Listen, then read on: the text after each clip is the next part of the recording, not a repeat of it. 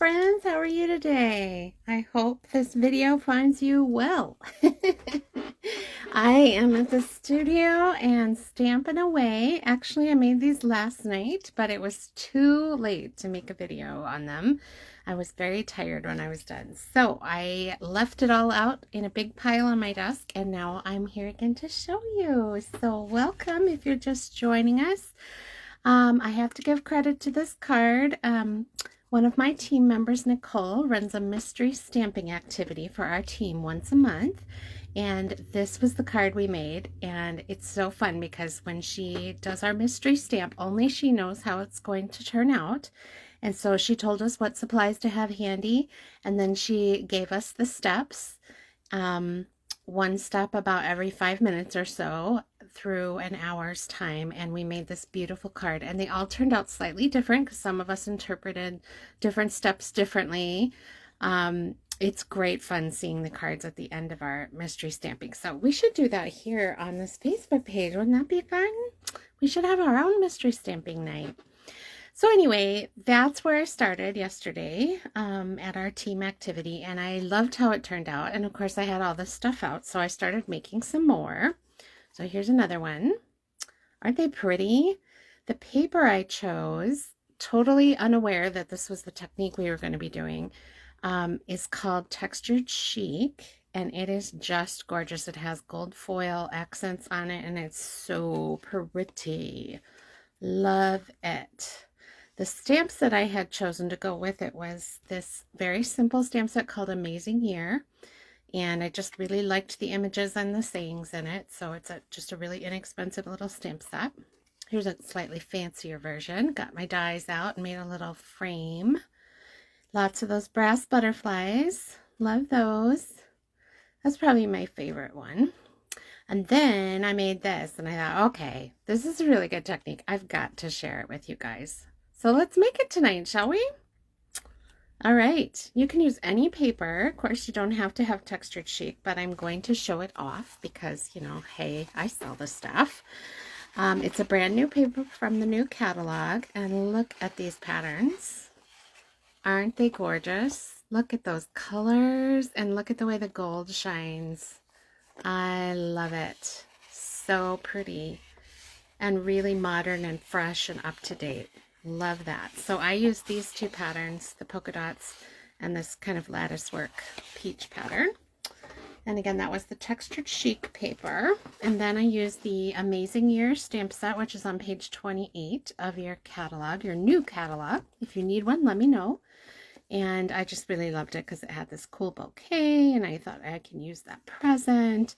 And I really liked the saying, you're an entire year more amazing and lovely as ever. I like that one. So let me know if you need a catalog. I send them out totally free, no strings attached, but I ask if you are going to order Stampin' Up, then of course that you would order from me. So let me know if I can suit you up with a catalog. All right, let's make this together. So we're starting with a crumb cake base, regular size card base, some very vanilla for the inside, and a mat of petal pink. That is it's really more of a peach than a pink. Very pretty color. And then we're going to need a piece of vanilla with a mat for your focal point. However big your focal point image is, it needs a mat. And then you're going to need a smaller piece, and that is what is going to make this look like these strips are floating in midair. Isn't that fun? Because the background for those strips is actually this smaller piece of paper that's the same color as the background for our card. So it just disappears when you put it onto the background. And that piece is 3.5 by 4 3/4. Okay, and that can be any size you want, but I wanted my background to be big enough that you'd be able to see it when I put this focal point on the front. All right. So let's set everything else aside for the moment, and we're going to work just on that. Did I say 3.5? Yeah, 3.5 by 4 3/4. The strips I have cut are only 1/2 inch wide, and ideally, of course, you would get all these scraps out of your scrap bin and use up all of your wasted paper and come up with these amazing cards without having to cut anything. I'm a little too good at using up my scraps, so I actually had to cut some scraps, but I wanted to try this gorgeous textured sheet anyway. So I cut the 2 patterns that I chose, plus you know what? I didn't actually use these on this card. Oh, funny. I wasted time cutting these strips because if you notice on this card, I started with a vanilla card base and my strips are alternated with crumb cake and petal pink cardstock strips. But on the card we're actually making tonight, I didn't use these at all. So I'll just set those aside and use them again because you know I'll be making more of these. So the strips are 1/2 inch wide by 6 inches long. And if you have a little bit shorter than that, you can easily use the shorter strips on the corners where the strips don't need to be so long. As far as an angle, the sky is the limit. If you like a really tight diagonal, the strips are long enough to glue down. I like a little bit more of a softer diagonal, and you can also have them be diagonally slanting down if you prefer. So let's look at how that looks visually just for a minute. I'm all about the visual product and the direction of a card. And sometimes it really matters where the diagonal is pointing to, and sometimes it really doesn't. So let's think about that. Okay, so here's the down angled version, and here's my up angled version. I'm not sure it really matters on this card, but honestly, I usually angle things going up because in Western society we read from left to right, and I just really like it when people are headed on an upward trajectory, right? So this would be when you open the card, then they would be visually up at the top of the card to read down the length of what you wrote. So there you go. Card theory is so fascinating to me, design theory, but do whatever you want. You can make 2 exactly the same except for the diagonal and see what you think. All right. And I am eyeballing the strips. I know that's probably driving some of you nuts, but I'm eyeballing them and I'm leaving just a tiny, maybe a 1/8 of an inch border in between. And the cool thing about the glue I'm using is that it's repositionable for at least, I'd say 20 seconds afterwards. So if like it's a little too big down here, I can just shove it up a little bit and pull this end down a little bit until it's perfect. So a good multi-purpose glue will make you look better because you have just a few seconds to reposition. I dropped it right in the glue. Doesn't seem to have stuck though. Yay! All right, so there again, I'm repositioning. Whoops, gotta scooch it there. Scooch, that's the technical term, right? You guys say scooch. Everybody should say scooch, right? That's a funny word. All right, need a little bigger border there. And if they're not perfect, nobody's gonna notice. All right, so you continue across your paper until you get all the way up and off the other side.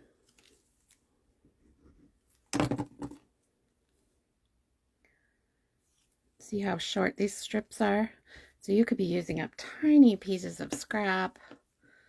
All right, I'm going to stop for a minute and trim off the excess so that,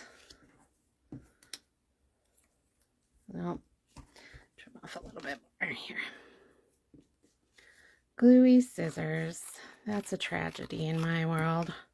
All right, so now I'm just going to use a little piece of what I had just cut off to finish this corner so that I don't have to waste a new strip.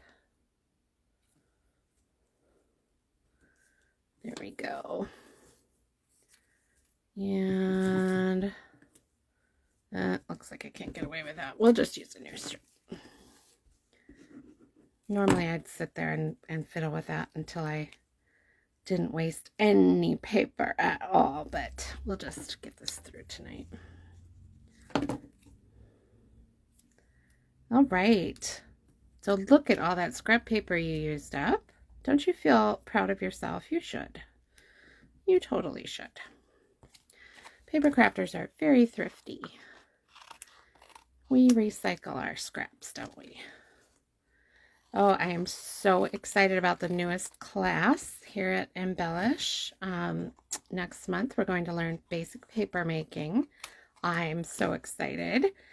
And I cannot wait to put my tiniest scraps to use, literally turning them into sheets of new paper. I can't wait for that. We're going to have so much fun. That's at the end of June. If you're interested, the calendar for Embellish is on my blog, songofmyheartstampers.com. All right, that's our awesome background paper right there. And you can see when we put it on our card background, the lines just disappear and the strips look like they're floating. Such a pretty technique. And of course, all of it is sparkling with gold foil in the pattern. Oh, let me try to center this possibly. Do not try that at home. I am a trained professional on a closed course, right?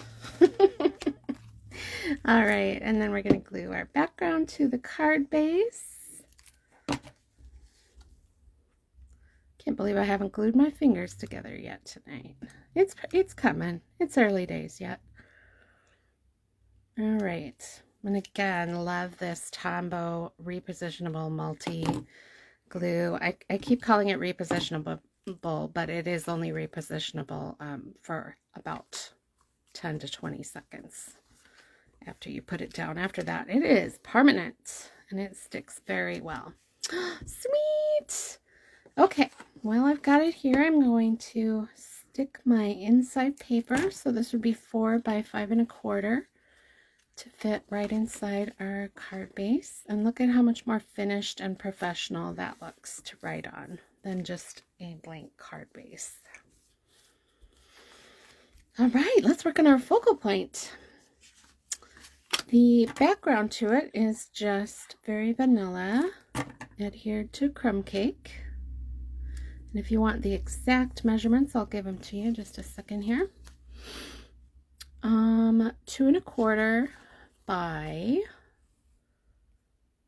3 3/4 for the crumb cake, and then the vanilla is 2 by 3 1/2. Okay, stick my sample off to the side, and that can get adhered down, and I am going to use dimensional adhesive so that it pops up off the card. Love that stuff. And these dimensionals are specifically designed to go through the mail without catching on the postal machines. They compress completely flat and allow the card to just slide right through those automated postal machines. So make sure you're getting good quality dimensional adhesives. Obviously, I would suggest buying them from Stampin' Up. Seriously though, once you see how much squishier they are than the average Pop Dots, say, you can see why they would not cause problems going through the mail.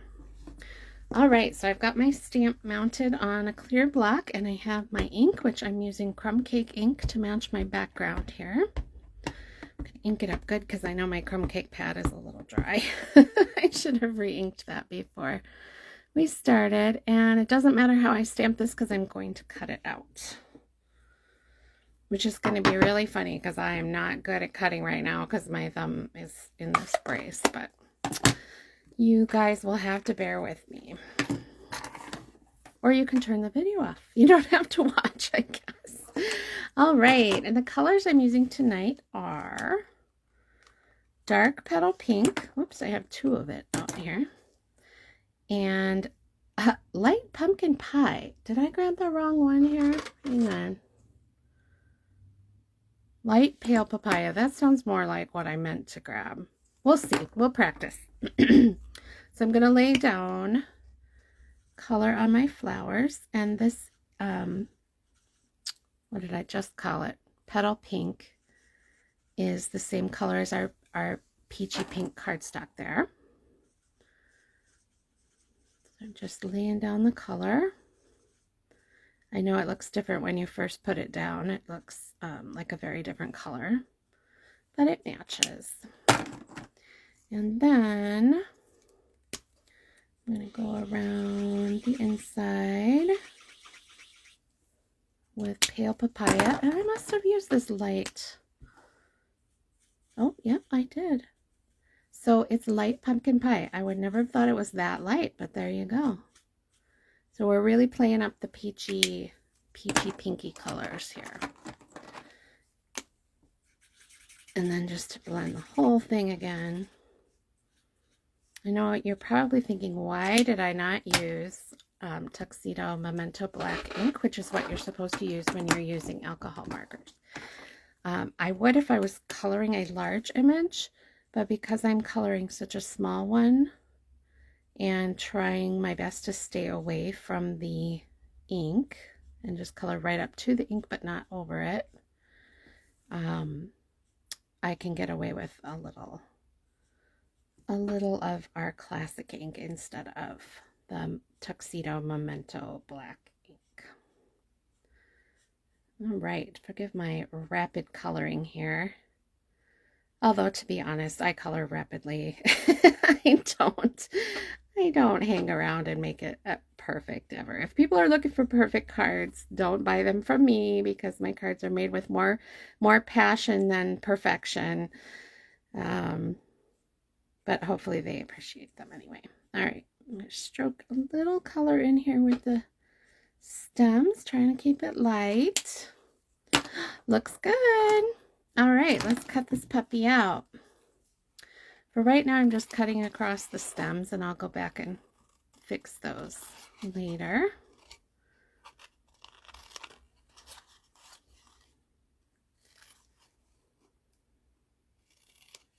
The tag is the easy part because it has straight lines. And now we got all these little leaves to maneuver around. But the end result is so pretty that I can afford to fussy cut a little on this one. And no, we don't need a die. We don't have to have dies for everything. All right. Is that heretical for me to say that we don't have to have a die?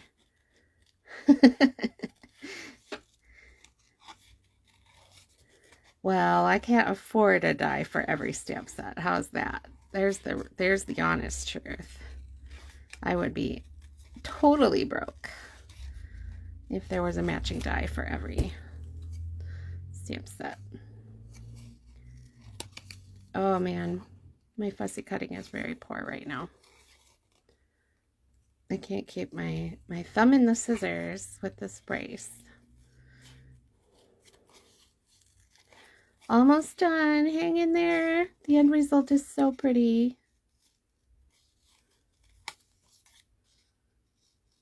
All right. Maybe I do wish there was a die for this one. It's a little more complicated than it looked. All right. Just down to the leaves, or the stems. And then for the stems, I'm going to just snip. Cannot keep my scissors still. Snip out that excess cardstock that is in between. And then trim a few of the ends at a little different place than the others. There we go. Okay, then I've got it flipped over. And I'm going to put 3 dimensionals on the back and stick my pretty bouquet on our card base. Got some schmoots on it. Ah, so pretty. All right, we just need some finishing touches here. So I have vanilla twine from our classic twine pack. It's all neutral twine so that you always have something that matches your card because you have one of every kind of neutral that we have. Love that. That's black, white, vanilla, Sahara sand, crumb cake. Beautiful. Okay, and my favorite way to put twine on is with a glue dot. And the glue dots are a little bit larger and round, so I roll one up into a little burrito and then stick my bow right on it. It covers it all up, and then I can tweak my bow until I like it and push it down flat. Ah, so pretty. A little bit long of a tail on that one. Okay, and then our final touch here is a brass butterfly on the tag, just to draw attention to the sentiment. And he really brings out that gold foil. Isn't that pretty? So there you go. I'll show you the cards one more time. Here's one with a little bit of die cutting and extra butterflies, just because. A very simple one, just an extremely simple card. But that strip technique is across the background. And then our original card that we started with, thanks to my friend Nicole and last night's mystery stamping activity for our team. So, all right, I hope you've been inspired tonight. And if you need Stampin' Up, I would love to be your demonstrator. Please let me know. You can message me, leave a comment, or if you prefer, you can email me at Lyssa@songofmyheartstampers.com. Thanks for watching, everybody.